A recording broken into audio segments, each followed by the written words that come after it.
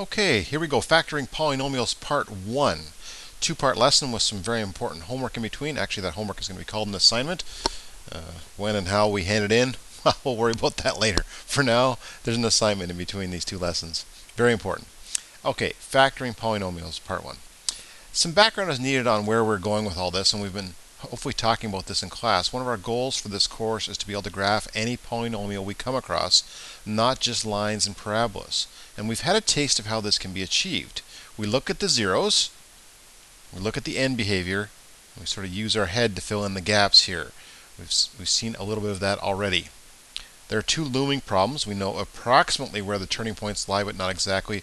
We'll deal with this later, and actually it's much later. It's not until the calculus class that we'll be able to nail down exactly where those turning points are. We'll have some clue where they are, and we'll have a little bit of ability to say, okay, we can estimate them here, but we're really not trying to find those turning points just yet. We'll approximate them. So the shape of the graph is what we're really going to be able to do here. Now, finding the zeros of the polynomial is easy, right? As long as we can factor it or use the quadratic formula. A little bit more on that today. So those are the strategies. If we want to find the zeros of a polynomial, we want to be able to factor it or use the quadratic formula. Let's recall how that all works. For instance, y equals 3x plus 6. This was grade 9. If we wanted to find out a degree 1, well, we didn't call it degree 1. In grade 9, we called it linear, a linear function. If we wanted to find the zeros, we said find the y-intercept. Find the x-intercept. When we wanted to find the x-intercept, well, we set y equal to 0. That was our plan. And in grade 9, solving that was pretty straightforward. We put 0 in as the y value, and here we'd have 0 equals 3x plus 6, and just isolate the x. That was our only strategy that we needed. In this case, I moved the 3x over to make it negative 3x. I divided by the negative 3, and what I got there was negative 2. I divide by symbol moved a little bit on me there, and so x value negative 2. So that's what it looked like in grade 9, finding zeros of polynomials, degree 1 polynomials. For degree 2 polynomials, we'd set the y value to 0. That was the same both times. Ooh, my e has disappeared there. Let me just fill that e in a little bit. That's going to drive me crazy. How's my mouse writing today? Ooh, set y equal to 0. Not bad for me on mouse writing. Okay, so for a quadratic, we set the y value equal to 0. And so, oh, there's the missing e. It's hiding in there. So we set the y value equal to 0. And what we got was 0 equals x squared plus 3x minus 18. Now, for quadratics, it was not the same strategy as it was for linear functions. When we set this equal to 0, we didn't isolate x. We couldn't isolate x because x occurred 2 different times. So we took a little bit of time in grade 10 and learned about factoring, and so we factored this thing into x plus 6, x minus 3. Hopefully your factoring is good for these kind of polynomials. And so you look for two numbers that multiply to negative 18, add to 3, and there's 6 and negative 3. So hopefully that rings a bell. We've factored this into x plus 6, x minus 3. And once we did that, we could break this into two linear equations, which is going to be the strategy in higher degrees as well, to break it into a multiple number of linear equations. Here, x plus 6 equals 0, or x minus 3 equals 0. You might have got so good at this that you didn't really need the intermediate step, but I put the intermediate step here because as these get a little bit different, we may want to say, well, what's actually going on here? Take each of these linear factors and make them equal to 0. So that was degree 2 functions. We called them quadratic functions in grade 10 and 11, and what we did is we isolated 0 now, got 0 on one side and factored. Then, what happens if we get a degree 2 when we set y equal to 0 and it won't factor? Well, that's where the quadratic formula comes in. And this will come up again and again. So if this has slipped out of your brain a little bit, or a little rust has appeared on top of your knowledge of the quadratic formula, that is definitely coming over the next little while. So get that rememorized. And there it is, x equals negative b plus or minus square root of b squared minus 4ac all over 2a. And you'll see I've gone through those steps there. So if you need to pause the video and re-go over those steps for yourself. The A is the 2, the B is the 6, and the C is the -9. Sub those all in. I get two different answers here. I rounded to 2 decimal places here.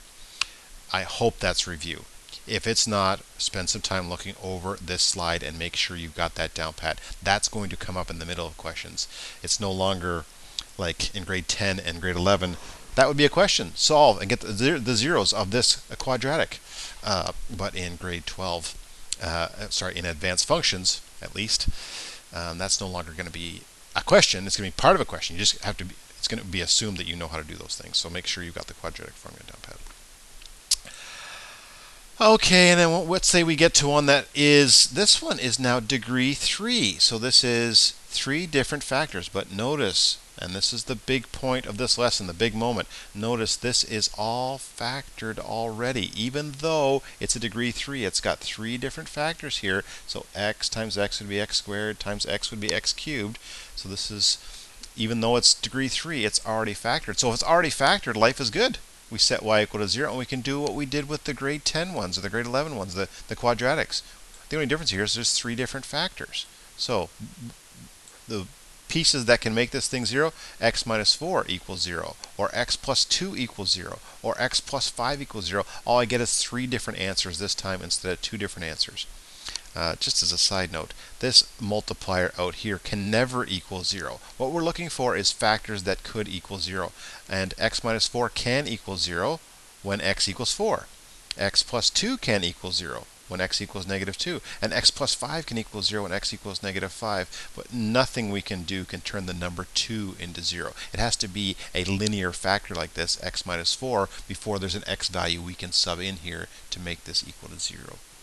So we don't have to worry about the coefficient out front, just the 3 factors. But the big point at this point of the lesson is that if it's in factored form, we can handle any degree. We can find the zeros of any degree polynomial.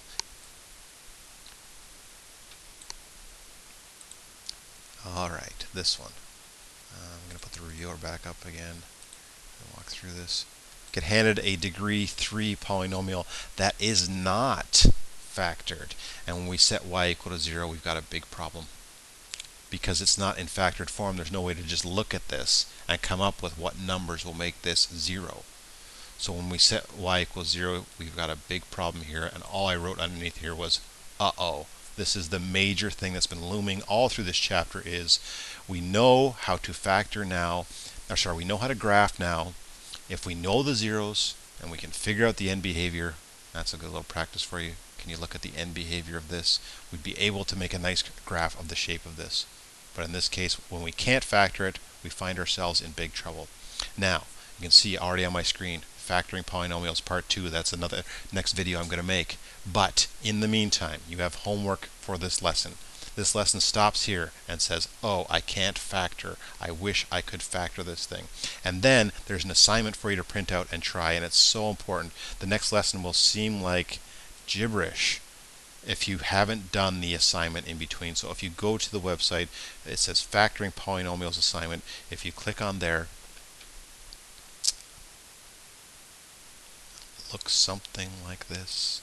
This is an exploration, and it has all these steps, and some of the steps are pretty easy, some are a little bit more difficult. Lots of practice on long division and synthetic division. So if you haven't practiced that stuff yet, well, you better go back and practice that enough to make sure you got long division and synthetic division taken care of. And so do that assignment, get it all ready to be handed in. I'm not sure exactly when or how we'll hand that in, but get that all taken care of. Certainly get it done before you watch the next video, because like I say, the next video just will not make a whole lot of sense until you go through that assignment. Doesn't have to be perfect. If there's little details that aren't exactly narrowed down, well, we'll talk about that in the next lesson, in the next video. But make sure you get that assignment mostly done before you attempt the next video. Okay, best of luck with that assignment. Contact your teacher if you have any trouble with it, and we'll guide you through it. And we'll see you back here for Wednesday's video.